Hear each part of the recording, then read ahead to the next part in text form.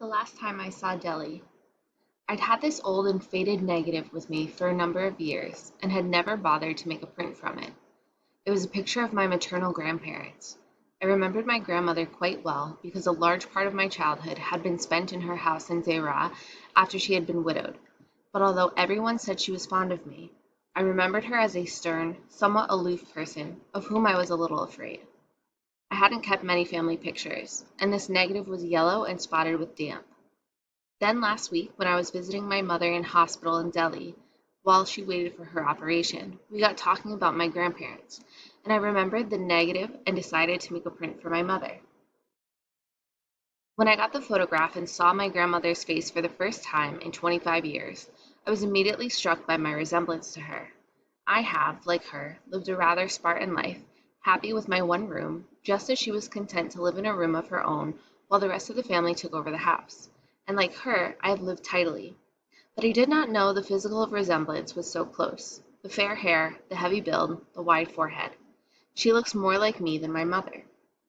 In the photograph, she is seated on her favorite chair at the top of the veranda steps, and grandfather stands behind her in the shadows thrown by a large mango tree, which is not in the picture.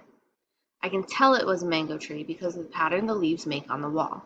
Grandfather was a slim, trim man with a drooping mustache that was fashionable in the 20s. By all accounts, he had a mischievous sense of humor, although he looks unwell in the picture. He appears to have been quite swarthy. No wonder he was so successful in dressing up native style and passing himself off as a street vendor. My mother tells me he even took my grandmother out in on one occasion and sold her a basket full of bad oranges. His character was in strong contrast to my grandmother's rather forbidding personality and Victorian sense of propriety, but they made such a good match. But here's the picture, and I'm taking it to show my mother, who lies in Lady Hardinge Hospital awaiting the removal of her left breast. It is early August and the day is hot and sultry. It rained during the night, but now the sun is out and the sweat oozes through my shirt as I sit in the back of a stuffy little taxi taking me through the suburbs of Greater New Delhi. On either side of the road are houses of well-to-do Punjabis who came to Delhi as refugees in 1947 and now make up more than half the capital's population. Industrious, flashy, go-ahead people. 30 years ago, fields extended on either side of this road, as far as the eye could see. The ridge, an outcrop of the Aravallis, was scrub jungle, in which the black buck roamed. Feroz Shah's 14th-century hunting lodge stood here in splendid isolation. It is still here, hidden by petrol pumps and lost within the sounds of buses, cars, trucks, and scooter rickshaws. The peacock has fled the forest. The black buck is extinct. Only the jackal remains. When, 1,000 years from now, the last human has left this contaminated planet for some other star, the jackal and the crow will remain, to survive for years on all the refuge we have left behind.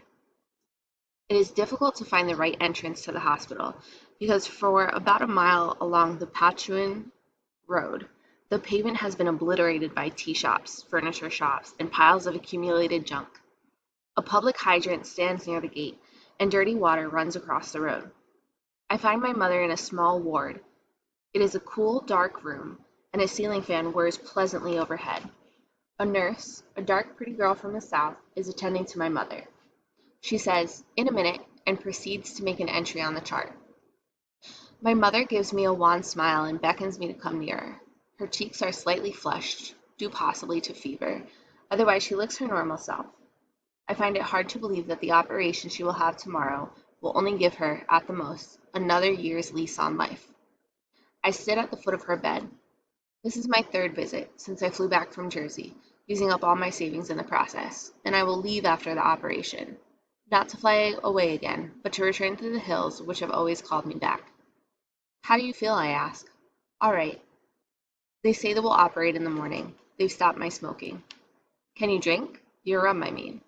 No, not until a few days after the operation. She has a fair amount of gray in her hair, natural enough at 54. Otherwise, she hasn't changed much. The same small chin and mouth, lively brown eyes, her father's face, not her mother's. The nurse has left us. I produce the photograph and hand it to my mother. The negative was lying with me all these years. I had it printed yesterday. I can't see without my glasses. The glasses are lying in the locker near her bed. I hand them to her. She puts them on and studies the photograph. Your grandmother was always very fond of you. It was hard to tell. She wasn't a soft woman. It was her money that got you to Jersey. When you finished school, it wasn't much, just enough for the ticket. I didn't know that. The only person who ever left you anything. I'm afraid I've nothing to leave you either. You know very well that I've never cared a damn about money. My father taught me to write. That was inheritance enough. And what did I teach you? I'm not sure. Perhaps you taught me how to enjoy myself now and then. She looked pleased at this. Yes, I've enjoyed myself between troubles, but your father didn't know how to enjoy himself. That's why we quarreled so much, and finally separated. He was much older than you. You've always blamed me for leaving him, haven't you? I was very small at the time. You left us suddenly. My father had to look after me, and it wasn't easy for him. He was very sick. Naturally, I blamed you. He wouldn't let me take you away, because you were going to marry someone else. I break off. We've been over this before. I am not there as my father's advocate, and the time for recrimination has passed. And now it's raining outside, and the scent of wet earth comes through the open doors, overpowering the odors of medicine and disinfectants. The dark-eyed nurse comes in again and informs me that the doctor will soon be on his rounds. I can come again in the evening or early morning before the operation. Come in the evening, says my mother. The others will be here then. I haven't come to see the others. They're looking forward to seeing you. They, being my stepfather and half-brothers. I'll be seeing them in the morning. As you like. And then I'm on the road again, standing on the pavement, on the fringe of chaotic rush of traffic, in which it appears that every vehicle is doing its best to overtake its neighbor. The blare of horns can be heard in the corridors of the hospital, but everyone is conditioned to the noise and pays no attention to it. Rather, the sick and the dying are heartened by the thought that people are still well enough to feel reckless, indifferent to each other's safety. In Delhi, there's a feverish desire to be the first in line, the first to get anything. This is probably because no one ever gets around to dealing with second-comers. When I hail a scooter rickshaw and it stops a short distance away, someone elbows his way past me and gets in first. This epitomizes the philosophy and outlook of the Delhi wala. So I stand on the pavement waiting for another scooter, which doesn't come.